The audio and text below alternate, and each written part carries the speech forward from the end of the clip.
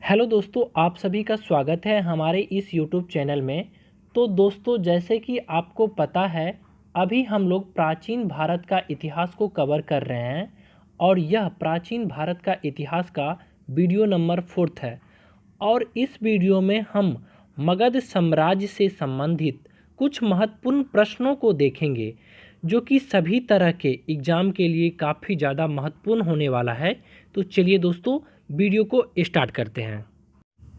पहला प्रश्न है, लगभग 600 ईसा पूर्व में उत्तर भारत में कितने महत्वपूर्ण राज्य थे और उसे क्या कहा जाता था? तो लगभग 600 ईसा पूर्व उत्तर भारत में कुल 16 राज्य थे और उसे महाजनपद कहा जाता था। अगला प्रश्न है, लगभग 600 ईसा पूर्व उत्तर भारत में कितने राज्य शक्तिशाली थे और उनके नाम क्या थे? तो लगभग 600 ईसा पूर्व उत्तर भारत में 4 राज्य अधिक शक्तिशाली माने जाते थे और उनके नाम थे मगध, कोसल, अवंती और वत्स। ये 4 राज्य जो थे वह अधिक शक्तिशाली थे। अगला प्रश्न है, आधुनिक बिहार का कौन सा क्षेत्र मगध साम्राज्य का भाग था? तो पटना और गया जिला तथा बक्सर का कुछ हिस्सा। अगला प्रश्न है, आज के तिरहुत प्रमंडल में सबसे प्रबल राज्य कौन था? तो लिच्छवी। अगला प्रश्न है, लिच्छवी राज्य की राजधानी कहाँ थी? तो वैशाली।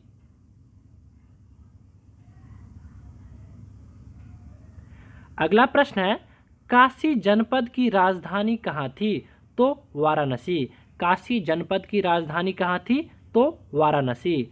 अगला प्रश्न है, आज के पूर्वी उत्तर प्रदेश कौन सा जनपद था? आज के पूर्वी उत्तर प्रदेश में कौन सा जनपद था? तो कोसल जनपद था। अगला प्रश्न है, कोसल जनपद की राजधानी कहाँ थी? तो श्रावस्ती। कोसल जनपद की राजधानी कहाँ थी? तो श्रावस्ती। अगला प्रश्न है, शाक्यों का कपिलवस्तु गणराज्य किस जनपद में शामिल था? तो कोसल जनपद में। शाक्यों का कपिलवस्तु गणराज्य किस जनपद में शामिल था? तो कोसल जनपद में। अगला प्रश्न है, कपिलवस्तु गणराज्य की 2 राजधानी कौन कौन सी थी? तो कपिलवस्तु और लुम्बिनी। ये कपिलवस्तु गणराज्य की 2 राजधानी थी। अगला प्रश्न है, वत्स जनपद की राजधानी कहाँ थी? तो कौशाम्बी। वत्स जनपद की राजधानी कहाँ थी?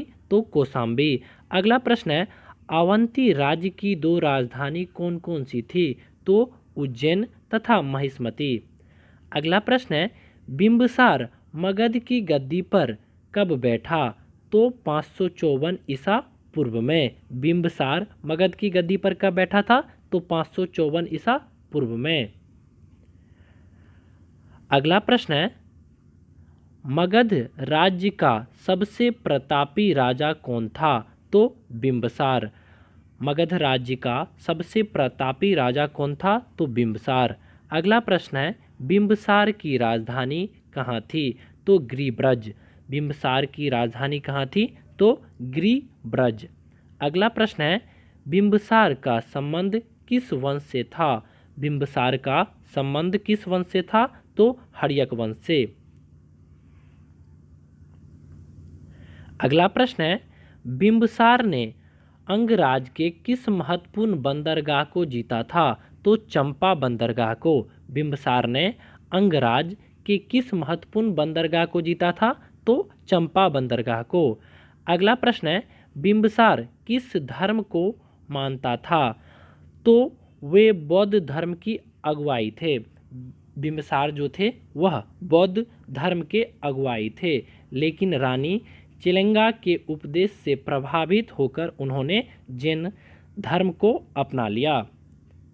अगला प्रश्न है, बिंबिसार ने मगध राज्य पर कितने वर्षों तक शासन किया? तो लगभग 52 वर्ष तक। बिंबिसार ने मगध की राज्य पर कितने वर्षों तक शासन किया था? तो लगभग 52 वर्ष तक। अगला प्रश्न है, बिंबिसार की मृत्यु किस प्रकार हुई थी? तो बिंबिसार के पुत्र अजातशत्रु ने उनकी हत्या कर दी थी। बिंबिसार की मृत्यु किस प्रकार हुई थी? तो बिंबिसार के पुत्र अजातशत्रु ने उनकी हत्या कर दी थी। अगला प्रश्न है, बिंबिसार की मृत्यु के बाद मगध राज्य के गद्दी पर कौन बैठा? बिंबिसार के मृत्यु के बाद मगध राज्य के गद्दी पर कौन बैठा? तो अजातशत्रु। अगला प्रश्न है, अजातशत्रु का उपनाम क्या था? तो कुनिक। अजातशत्रु का उपनाम क्या था? तो कुनिक। अगला प्रश्न है, अजातशत्रु का विवाह किसके साथ हुआ था? अजातशत्रु का विवाह किसके साथ हुआ था? तो कौशल के राजा प्रसेनजीत की पुत्री वजीरा के साथ। कौशल के राजा प्रसेनजीत की पुत्री वजीरा के साथ हुआ था। अगला प्रश्न है, पाटलिपुत्र नगर की स्थापना किसने की? तो अजातशत्रु। पाटलिपुत्र नगर की स्थापना किसने की थी?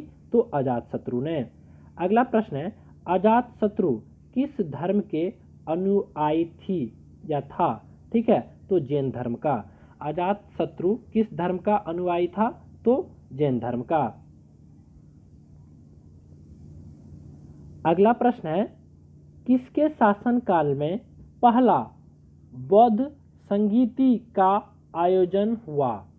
किसके शासनकाल में बौद्ध संगीति का आयोजन हुआ?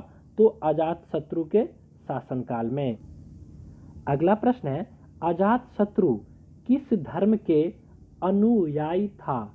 तो जैन धर्म का। अगला प्रश्न है, किसके शासनकाल में पहला बौद्ध संगीति का आयोजन हुआ?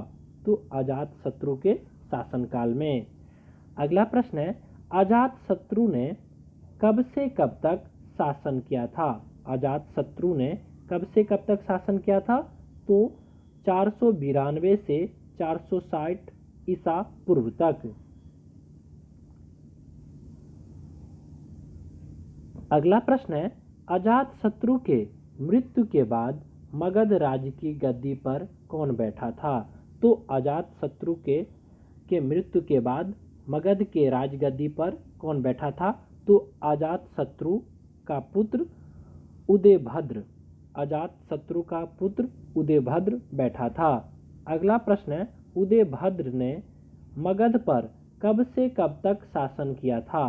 तो 460 से 444 ईसा पूर्व तक। अगला प्रश्न है, किसके शासनकाल में मगध की राजधानी पाटलिपुत्र को बनाई गई थी? तो उदयभद्र के शासनकाल में जो है मगध की राजधानी पाटलिपुत्र को बनाई गई थी, उदयभद्र के शासनकाल में। अगला प्रश्न है, हर्यक वंश का अंतिम शासक कौन था? हर्यक वंश का अंतिम शासक कौन था? तो नागदशक, जो उदयभद्र का तीसरा पुत्र था। नागदशक जो क्या था? उदयभद्र का तीसरा पुत्र था और यही हर्षक वंश का अंतिम शासक था। अगला प्रश्न है, हर्यक वंश की समाप्ति के बाद मगध पर किस वंश का शासन स्थापित हुआ था? तो शिशुनाग वंश का। हर्यक वंश की समाप्ति के बाद मगध पर किस वंश का शासक स्थापित हुआ था? तो शिशुनाग वंश का। अगला प्रश्न है, शिशुनाग वंश का संस्थापक कौन था? तो शिशुनाग। शिशुनाग वंश का संस्थापक कौन था? तो शिशुनाग। अगला प्रश्न है, शिशुनाग वंश के बाद मगध की गद्दी पर कौन बैठा था? तो कालाशोक। शिशुनाग वंश के बाद मगध की गद्दी पर कौन बैठा था? तो कालाशोक।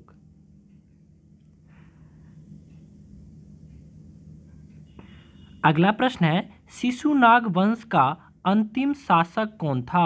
तो नंदीवर्धन। शिशुनाग वंश का अंतिम शासक कौन था? तो नंदीवर्धन। अगला प्रश्न है, शिशुनाग वंश की समाप्ति के बाद मगध पर किस वंश का शासन स्थापित हुआ था? तो नंद वंश का। शिशुनाग वंश की समाप्ति के बाद मगध पर किस वंश का शासन स्थापित हुआ था? तो नंद वंश का। नंद वंश की स्थापना किसने की थी? नंद वंश की स्थापना किसने की थी? तो महापद्मनंद ने। अगला प्रश्न है, नंद वंश का अंतिम शासक कौन था? तो धनानंद। नंद वंश का अंतिम शासक कौन था? तो धनानंद। तो दोस्तों इस वीडियो में इतना ही। अगर आपको ये वीडियो पसंद आए तो वीडियो को लाइक और चैनल को सब्सक्राइब जरूर कर ले। मिलते हैं नेक्स्ट वीडियो में, तब तक के लिए जय हिंद।